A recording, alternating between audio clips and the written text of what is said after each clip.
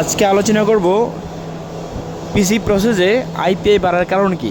পিসি প্রসেসের ক্ষেত্রে আইপিআই বাড়ার অনেকগুলো কারণ আছে, তার মধ্যে এটি কারণ হচ্ছে যে আপনার কর্ড হার্ডনেস।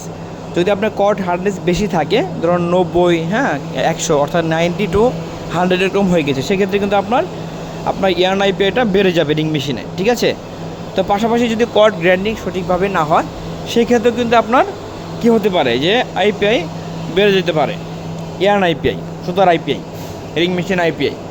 তো সেক্ষেত্রে আর হচ্ছে যে আপনার কর্ড হার্ডনেস সাধারণত স্ট্যান্ডার্ড হচ্ছে 83 ডিগ্রি, 83, এটা হার্ড বা কর্ডের ক্ষেত্রে, আর হচ্ছে সফট কর্ডের ক্ষেত্রে আপনার 75 এরকম হলে কিন্তু ভালো হয়। তো এই জন্য আমাদের খেয়াল রাখতে হবে যে আমরা টেম্পারেচার যেন রিং মেশিনে ঠিক থাকে। যদি টেম্পারেচার বেশি থাকে, সেক্ষেত্রে কিন্তু আপনার কর্ড হার্ডনেস বেড়ে যেতে পারে। আলটিমেটলি আপনি কী হবে, আইপিআই বেড়ে যাবে, ঠিক আছে। তো আশা করি বুঝতে পেরেছেন।